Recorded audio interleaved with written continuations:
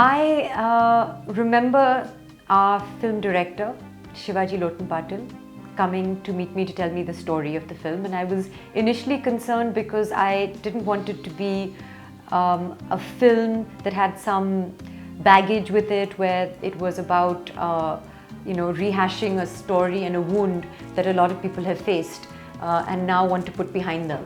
And I didn't want it to be a film that exploits that in any way. But when I heard the narration, in fact I read the script, I realized that it's not that at all, and that there's a really important reason behind making this film. It's the producer who's also written the story, and it's something that's very close to his heart, but he's presented it in a way that is very responsible and very sensitive and actually has a very positive message. Because I understand Hindi cinema can be a powerful influence on people, unfortunately. And so I felt that that comes with a certain responsibility. But I'm glad that the script and also the way that we've shot it, when people see the film, and I would encourage them to see the film before forming an opinion on it. I know that when they see it, they'll be moved by it. They will, of course, feel a certain intensity about what the victims of the 1984 riots went through. But beyond that, the message of the film is one that is very powerful, and which is one about brotherhood and about people of different communities coming together to protect those of the Sikh community who were targeted in '84. So I definitely then wanted to be a part of it. And of course, I think getting to play a lead role, a female protagonist in quite an author-backed performance was exciting for me. I don't think that was ever a concern for me. My own mother was all of 24, I think, when she played Rajesh Khanna's mother in Aradhana, and that was perhaps even more in those days bold to do. Now I think it's really more about playing characters on screen as opposed to trying to be someone who's a college-going student, even though it's been many years since you've been out of college. So I've never been bothered by things like that. It's really more about the meat of the role and what I have to do. And in my head I said that I must have had these 3 children when I was very, very young. So we're young parents, Veer and I, in the film. So that wasn't a concern. What I liked about the film and why I chose to be a part of it was, as I said, the subject matter, and mainly the content, the role, the meat of the character, the fact that it gives you so many opportunities to perform, to emote. It's a memorable role, and I think that all actors want somewhere to be remembered through their work.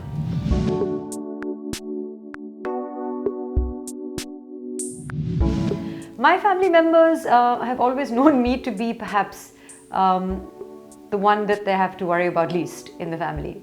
I've been the least controversial, certainly. And I think that they know me now well enough to know that I make considered decisions and I'm sensible, and now I'm quite grown up. So they don't really get involved beyond a point. Of course, they're concerned for my well-being, and if it's a subject like this, my mother certainly will ask questions in terms of, what is the intent of the film and how it's being marketed and what kind of image is associated with the film, and therefore the image that's associated with me being the face of the film. And because we realize as actors, again, you have you wear the hat of being a role model as well. And that's something that you can dismiss, and you can say that I don't want to be a role model, but people do look to you and are influenced by you. So I think that shapes the way my mother thinks, certainly, and that influences me. But I think, again, when it comes to a film like this, she's very happy that I'm a part of it, because she understands, again, that it's a film. It's more than just meaningful cinema. It's a story that needs to be told, that hasn't been told in mainstream Bollywood before, and it's a story that we should share. And the reason for sharing it is not a selfish one or not a vengeful one. It's a very sensible and considerate one.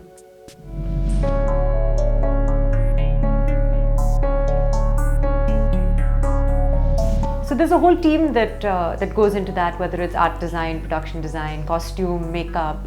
And I think we've done that very well in the film, because when you see the film, you're immediately transported into 1984, and that's half of your battle won. And then of course you work on things like the dialect, the language, giving it a Punjabi flavor, body language, especially if, again, you're a mother of 3 children, then how that affects you. So So there's a lot of wonderful little things that make it an individual character that we brought into the film. Again, working with Harry was very useful in that because of course he's written the film and he's interacted with these characters, so he knows them inside out. And then the film takes on its own life, and then you're sort of reacting once you're in character to situations that are happening around you, and then that becomes much easier.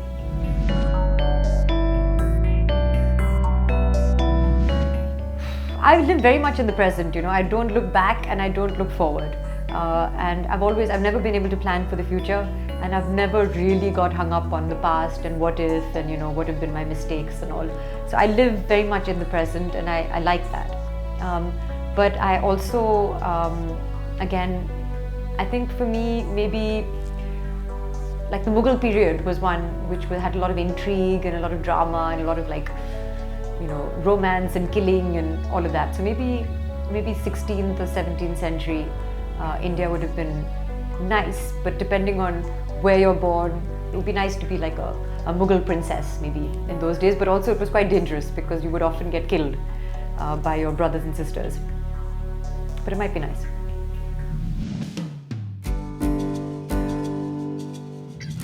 Probably having 3 children, which I'm not used to.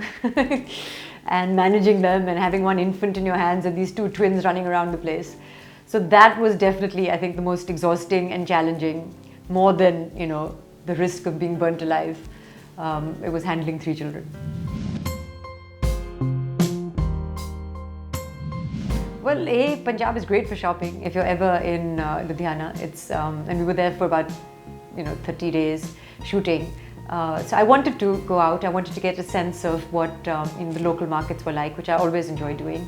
And because we wanted clothes that were of a particular nature, of representing a particular community and a particular time and style, I wanted to go with the designers of the film and see for myself.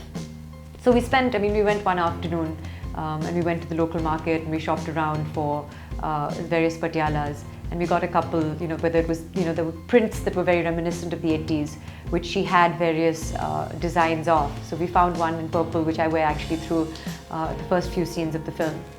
So that purple outfit we got there. And then a couple of accessories as well, like of course there's a kada, but there's sort of simple gold bangles, and I think you wear those little gold balis like I'm wearing, and those immediately set you apart as a Sardarni, and that made such a difference to the film. And it was just, who doesn't like to shop? I like improvising. I think it's important to be prepared and to know your lines if the lines are important, such that on set, on the day, some magic can happen. Because what often happens is that you're unprepared, you get the scene at the last minute, then your whole focus is just on remembering your lines and delivering the shot. And some people are very good at doing that and have photographic memories. I'd like to be comfortable with what is happening, such that on the day, then, when you're not worried about the lines and you're not worried about what's happening next. And if you're working with co-actors who are also cooperative in that way, then there should always be some room for improvisation. And that's the whole, I think, purpose of doing movies as opposed to theatre. In theatre, you only get one take. Here, the point is that you can do so many takes, so you can do a different take.